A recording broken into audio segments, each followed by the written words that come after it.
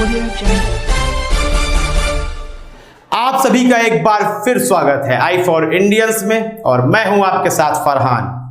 ड्रामेबाजी की बात की जाए, बेशर्मी की बात की जाए तो भारतीयों ने इस वक्त यह करके दिखाया है।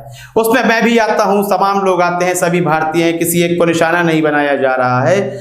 लेकिन कुछ लोगों ने ऐसा कारनामा कर दिया है कि बिल्कुल लगता है कि उन्होंने बेशर्मी की सारी हदें पार कर दी हैं। और मैं सबको इसलिए साथ ले रहा हूं कि जिस तरह देश में आज इस वक्त देशभक्ति की बात हो रही थी, देशभक्ति शुरू से ही होती रही है, लेकिन इस वक्त कथित तौर पर, जुमलों के तौर पर सोशल मीडिया में सबसे ज्यादा देशभक्ति की गई है।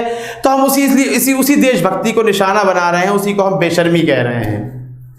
आपको याद होगा कि जब जनता कर्फ्यू लगाया गया, ताली और थाली बजाने की बात की गई, लोगों ने प्रधानमंत्री मोदी का समर्थन करते हुए ताली या थाली बजाई थी, या फिर अपने कोरोना वॉरियर्स हैं जो उनके सम्मान में ताली या थाली बजाई थी। अब इस बात में तो भाई दो मत हो चुके हैं। बिल्कुल मुझे लगता है वह कोरोना वॉरियर्स के लिए ताली थाली बिल्कुल नहीं बजाई गई थी। जो मोमबत्तियां जलाई गई थी वो कोरोना वॉरियर्स के लिए बिल्कुल नहीं थी। आप यकीन करें, यह भी उन्हें एक लक्ष्य लग रहा था। सरकार जिस तरह से किसी न किसी को निशाना बना रही थी, इस वक्त निशाने में है गैर भाजपाई, हिंदू हो, मुसलमान हो, सिख हो, ईसाई हो, यदि वो बीजेपीएन नहीं है तो उसको निशाना बनाया जा रहा था। लगातार देखने की कोशिश कर रहे थे कि वह ताली और थाली बजा रहे हैं या नहीं।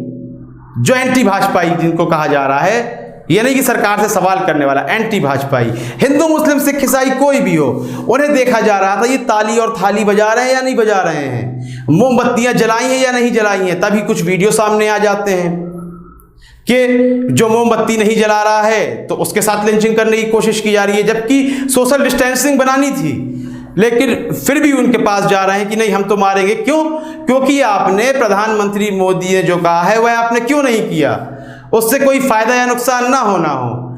अब आप कहेंगे कि कोरोना वॉरियर्स के लिए वह क्यों नहीं बजा रहे थे। मैं ऐसा क्यों कह रहा हूं? मैं इसलिए कह रहा हूं कि दिल्ली के बसंत कुंज इलाके के एक डॉक्टर हैं, वह डॉक्टर कोरोना के मरीजों का इलाज कर रहे थे, खुद भी पीड़ित हो जाते हैं।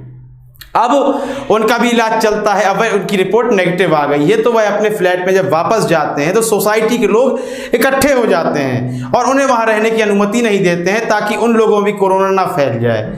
अब एक कोरोना वॉरियर्स के साथ इस प्रकार का दुर्व्यवहार देखिए। गुजरात से भी वीडियो सामने आया था कि मकान मालिक ने, जो डॉक्टर थी, महिला किराएदार थी, वो तो पीड़ित भी नहीं थी, वह इलाज करने जाती थी कोरोना पीड़ितों का, तो इस वजह से उन्हें घर से निकाल दिया। तो अब आप खुद बताएं, इससे सिद्ध नहीं हो रहा है कि वो ताली और थाली प्रधानमंत्री मोदी के लिए बजाई गई थी।